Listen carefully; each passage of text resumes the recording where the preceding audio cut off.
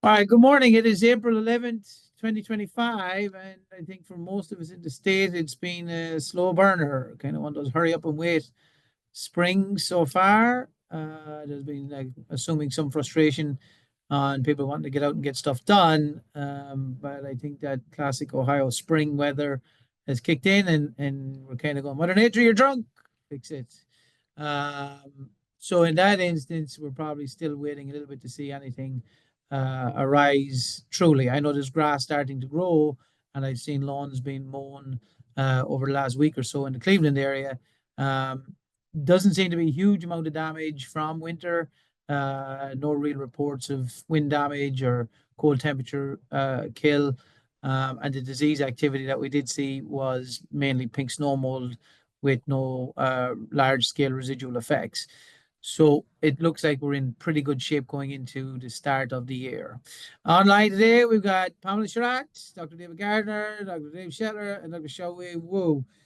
Pamela Sherratt, take it away. You're muted. Sorry about that. Good morning, everybody. I just wanted to talk a little bit about an email that I received this week. Hopefully everybody can see that. Can you see that? So I got an email from a gentleman, a sports field manager in the Northeast Coast, getting a lot of pushback from his community about wanting to be on the fields. And, we started this conversation about what the carrying capacity of a field is. And it's such a huge subject, but I wanted just to touch on that a little bit. And so I guided him to an article that I wrote. And actually, when I looked at it, I actually wrote this in 2016 for the SFMA magazine, and it needs to be updated because some of the costs that I've put in there obviously are outdated now. But it's a whole conversation that needs to be had. And we go out there. I'm out there a lot in the industry, and I watch my kids play sports, etc. And I see the whole gamut here. I see fields that are completely worn away with no maintenance or little maintenance. I see fields that have standing water because the drainage issues are a problem. In the worst case scenario, that bottom right picture, multi-use fields where you have goalposts cemented into the ground. It's very difficult to rotate fields, move fields, and spread that wear around. And then, last night I was over in in an adjacent neighborhood where it's obvious that the community does invest in their community fields. And this is really what it comes down to. If we want to use athletic fields and we want to use them, from April through November and even into December, there has to be community support. There has to be money. So, this neighborhood community, they had 100% grass cover going into the season. They do cancel games if there's standing water.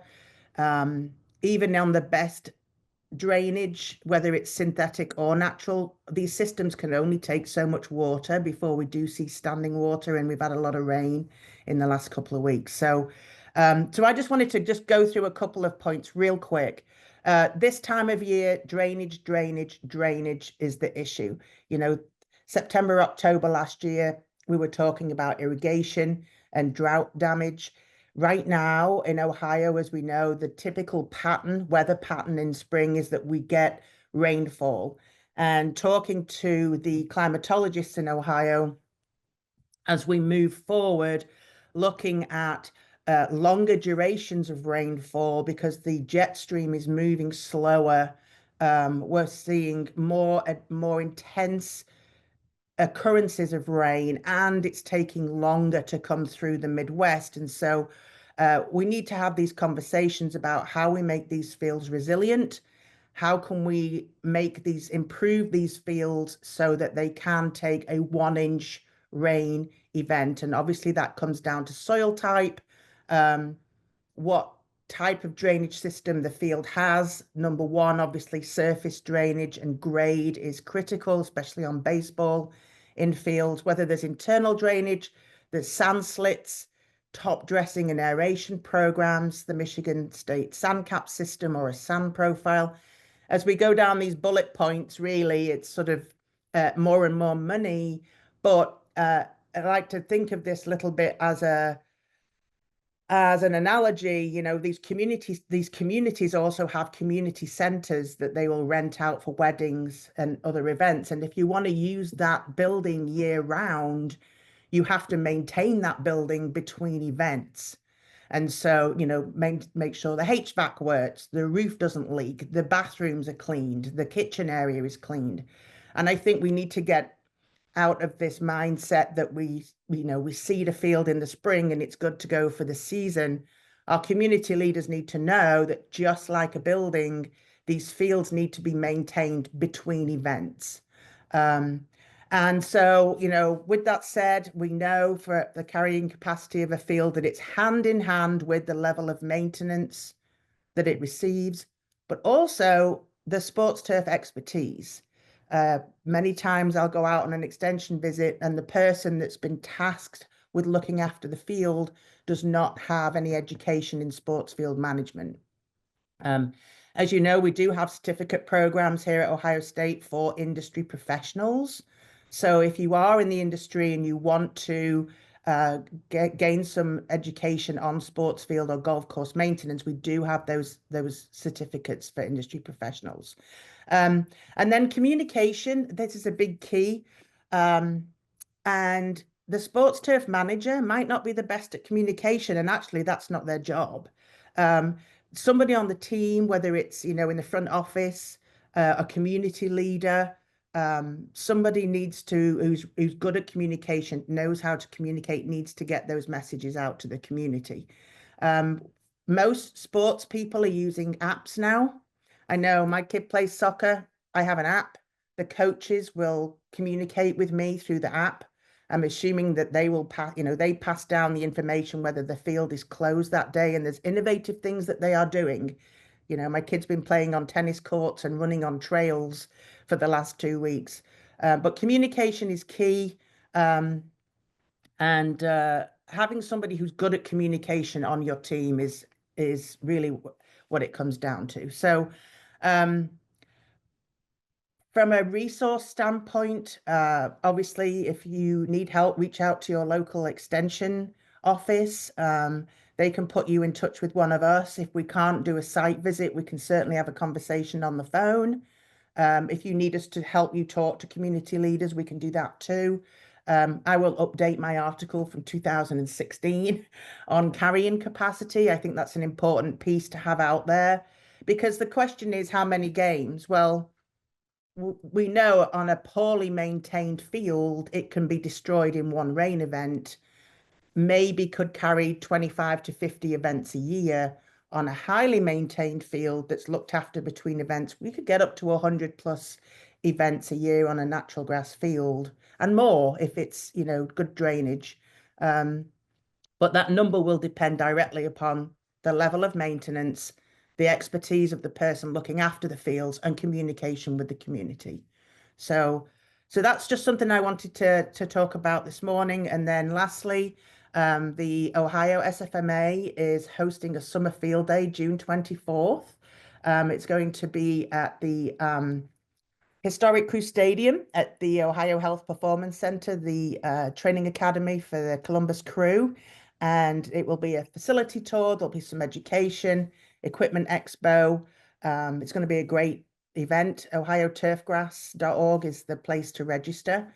And we'll be posting it too on our Buckeye Turf website. So with that, Dr. Nangle, I will finish. Thank you. You cede your time, Pamela Sherratt. Thank you very much. Very important update.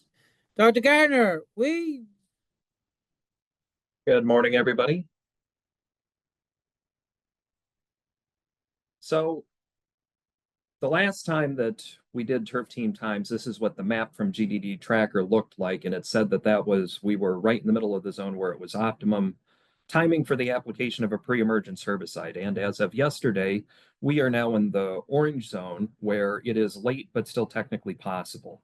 If you look at that forecast for degree day accumulation that is at the bottom of that figure, basically you see that we have next week pretty much. If you haven't gotten your pre-emergence herbicide out and you intend to, then next week is going to be the time to do that. Or remember that dithiopyr is an option because that does, so long as you're using the liquid formulation, have post-emergence activity on crabgrass so long as it is no larger than 1 to 2 leaf, which is actually pretty tiny, but you can still get away with putting out dithiopyr later than our other pre-emergence herbicides. Now, I did get a question last week. Could the recent heavy rains have caused an existing pre-emergence application to have leached or degraded? And the short answer is no. Those materials, by their chemical nature, are sparingly water soluble. Even if you're spraying them, you're spraying a solid suspended in a liquid, which is why you have to keep the paddle agitator running in the tank. And the recent rainfall should have had minimal impact on any pre-emergence applications that had gone out prior to the rain that we received last week. Now, Kentucky bluegrass and perennial ryegrass that we're trying to manage are pretty much the last species to green up and actually start growing in the springtime. And, there are some weedy grasses that compete with those, but there are a lot of other grasses out there that we see in nature that, for the most part, don't give us enough of a problem that we care about them. And yet they become a little bit more noticeable at this time of the year because they're growing, whereas the bluegrass and ryegrass are not. The one thing I would tell you is that most of those are annuals and they're going to go away on their own, or after the bluegrass and ryegrass start to green up and grow, they're going to fade away in such a way that they're no longer going to bother you. The other thing I would tell you is that by and large, there are no selective herbicide options to get rid of those grasses. And so basically just keep the area mowed. And eventually that aesthetic problem will begin to diminish over time. The exceptions to that, of course, would be quackgrass, which is a perennial. And so if you see long clasping auricles and also very long rhizomes, then you know you have the perennial quackgrass. Remember that annual ryegrass also has clasping auricles, but since it's an annual, it will go away on its own before summer in most cases. The other one that you would need to be concerned about is orchard grass, which can be identified by its prominent membranous ligule that has the point on it. But really, if you're not dealing with either orchard grass or quackgrass and you see these other op-type grasses, for the most part, you need not worry about them. I do offer, if somebody wants to send me a sample, I can grow it out in our greenhouse and produce a seed head, which is the most reliable way to identify those grasses. In almost all cases, it's either annual ryegrass or last year I did get a Phleum pratense turfgrass timothy. But again, these are grasses that tend to not cause any problems after the bluegrass and ryegrass are green and actively growing enough that we need to mow them on a regular basis. The winter annuals are going nuts, aren't they? Particularly bittercress, which is the one in the right-hand pane, but there's a lot of chickweed. Really, the winter annuals are more of a problem this spring compared to previous ones, perhaps because of the thinning associated with last year's drought event. The other thing that you're probably noticing is a lot of dandelion going to bloom. And there's a couple of things to think about if you are tempted to treat any of these weeds. And one is to make sure that you're using the right herbicide formulation.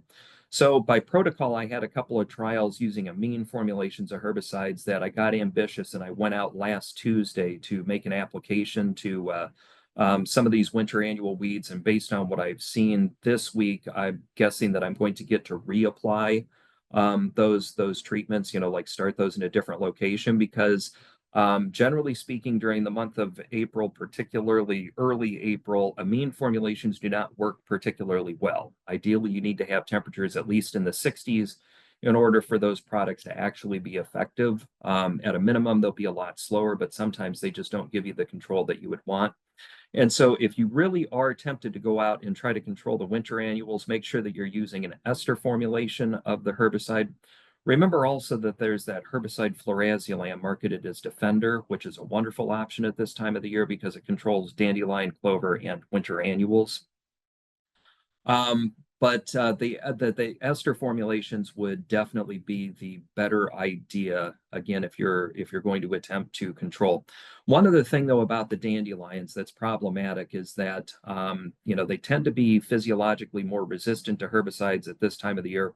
Well, because of the problems with amines and temperature, but also we know that, when they go to puffball stage, they become a little bit more susceptible to the herbicides. The other problem with trying to treat dandelions right now is that in some cases, the clover that will usually be present there as well is not fully emerged unless it's a south-facing slope. And so if you treat too early, again, not only would your control not be so great, but then the clover would come in afterwards. So like I said, if you have specifically winter annuals, you can attempt to control those next week, but do strongly consider using an ester formulation of the herbicide. I think you'll be much happier with the control. And that's what I have for today. Thank you, Dr. Gardner. Dr. Wu? Good morning, everyone. So today I'm going to slightly cover the annual bluegrass weevil, and then I'm going to switch the topic to the nematode survey program that we did last year. So I'm going to share the screen. So it seems like a lot have happened since we talked last time. So for the annual bluegrass weevil, and we have been looking at monitoring 4 sites across the state for the population progress as well as the reproductive development. So from the samples we connected last week, there were about over 70% of females having mature eggs in the central Ohio and also in Cincinnati area. But males male development is behind of females. About 40% of them were mature. And also another thing, because of the cold weather this week, and they have been hiding, so not being quite active as the warm temperature when we had. So in these situations, when we went to the field with the vacuuming is not as effective as the soap flashing. It's affected by the temperature and also the time of the day. So right now in central Ohio, so we usually use plant phenology to integrate the progress of the weevils. So in central Ohio right now, the Phorthense is in half gold, half green, and also eastern redbud has begun to bloom. So those usually we indicate that it's a time for the peak activity of ABW, and however, they are not always reliable. So recently, Dr. Ben McGraw from Penn State posted a blog in weevil track program. He mentioned that the weevil activities are behind of these plants indicators. So we found the same thing here in Ohio as well. So and also GDD, right now we have 187 growing degree days at the base of 50 in Cincinnati area. So those indicate that, okay, it's time to spray, but if we have the cold conditions we have now, that's maybe not ideal time. However, it's going to warm up next week. So I would say in these regions, you may want to get ready to spray when weather announced. However, in the north, we noticed that there's a big difference. And when I visited the field last week, I noticed that by Friday, they were ranging GDD ranging in the 70s to like 170. So the big difference across the range, only about 2 to 3 hours driving distance. And so those populations in the northern Ohio is way behind. So I say if you are in the region of central and southern Ohio, it's about time to spray next week if weather announced, but for northern Ohio, you may still want to wait. Another thing I want to share is the nematode survey program we did last year. And thanks to those of you who sent samples to us. And we have connected about 81 samples across the state from 15 counties, mostly from northern Ohio, and also a few samples from central Ohio and the Cincinnati area as well. So I want to share the results we connected. So for the species, the nematode types, we found most are the rain nematodes and also spirit nematodes, each of them taking about 30%. And then the next one is the non-nematodes, about 11%. So of course, each of them have a different damage threshold. And for example, the rain nematode, we usually use a threshold of 1,500 nematodes per 100 cc of soil. But for spiral, we use 600. So there's different levels. After we found the results, I share individually with the participants. So if the threshold reach, I send them a separate email following up that, well, your population have reached a threshold, you may want to treat, especially if damage already occurring or if the grass is under stress, just to prevent potential damage. For those samples, we had 14 had one or more general over the threshold levels. That takes about 18%. And there were some examples of very high populations. One of the extreme high population was a golf course in Medina and have over 5,000 nematodes per 100 cc soil, where the threshold was 600. So that's about 8 times higher than the threshold. And there were also some other examples. So that means that the nematode problem is definitely there. And also for the site having very high populations, the damage actually occurred, and they put out a nematicide after the survey program, and that improved the turfgrass health. And we plan to repeat the survey again this year. So I want to broadcast this program if you're interested. And I will strongly encourage you to participate in this program. We provide free nematode analysis and also free soil analysis for your sample, but we're limiting 2 samples per site. So I will put out this information in the next month or so, and we aim for spring sample around July 1st. That's all I have. Thank you. Thank you, Dr. Wu. Dr. Shetlar, finish up, please. Okay.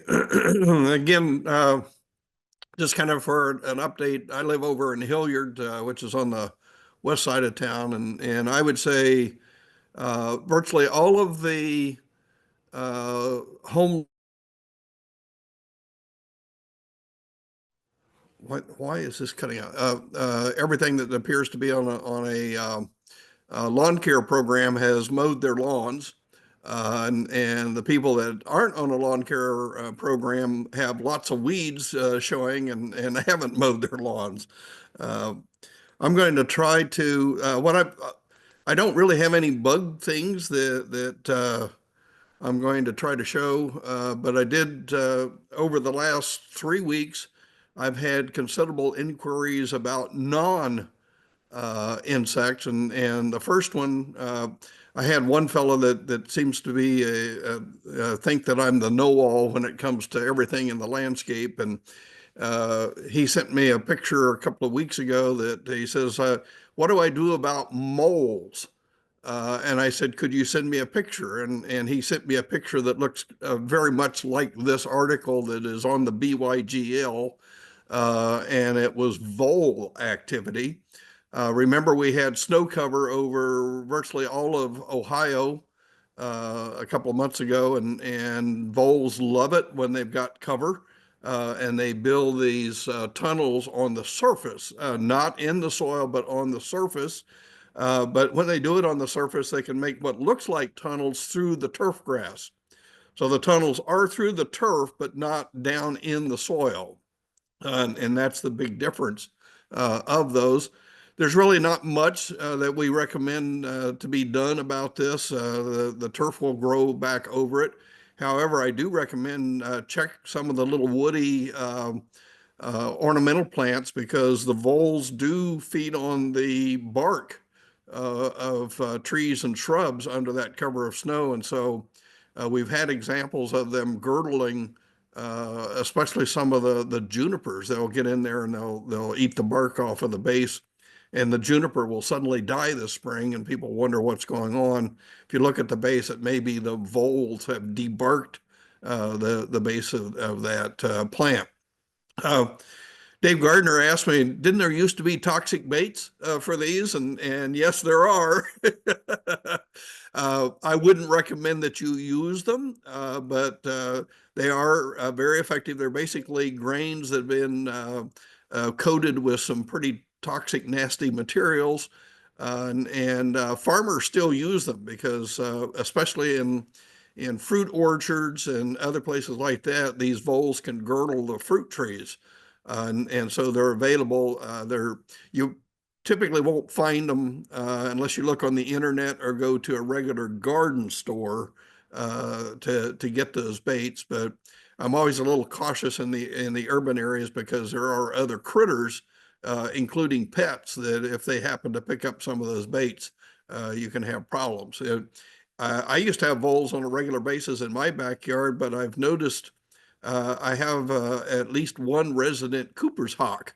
And for the last 2 years, I haven't seen a vole in my yard or in my neighbors' yards. When it comes to the insects, I'm getting a lot of people asking about them, but I haven't really seen much of what I'd call the regular lawn care or insect activity. If you're in the northern part of the state, the European chafers have surfaced, but if you're worried, if you get reports of animals digging in the backyard, with the heavy rains that we've had, the earthworms have surfaced and are crawling around at night. And remember that skunks and raccoons will forage on earthworms very readily. So if there is some what looks like animal activity, don't just assume that it's white grubs. Take a look first. It may be that they're feeding on earthworms. That's all I've got, Ed. Thank you, Dave. Much appreciated. One last point. If you're going after Proxy Primo for seed heads, you're starting to really run out of time. South of Columbus South is done, according to GDD tracker with MSU, and you're really starting to run out of time, Worcester North. So if that's something that's on your mind, and you're like, it's too cold today, look it up, Buttercup. It ain't going to get any better. With that, we will wrap it up. We'll be back in 2 weeks' time. We don't have Dr. Carr on to put up the post. If you have questions, buckeye-turf@osu.edu. Any of the chemistries that have been mentioned here, if you've not used them before, and you're thinking about using them, and you don't have a pesticide license, please reach out to us, because there will be some conversations that need to be held to make sure you're aware of what you're going to do or what you're thinking about doing, or whether it's more appropriate to get a professional in to make those applications. Thank you, folks.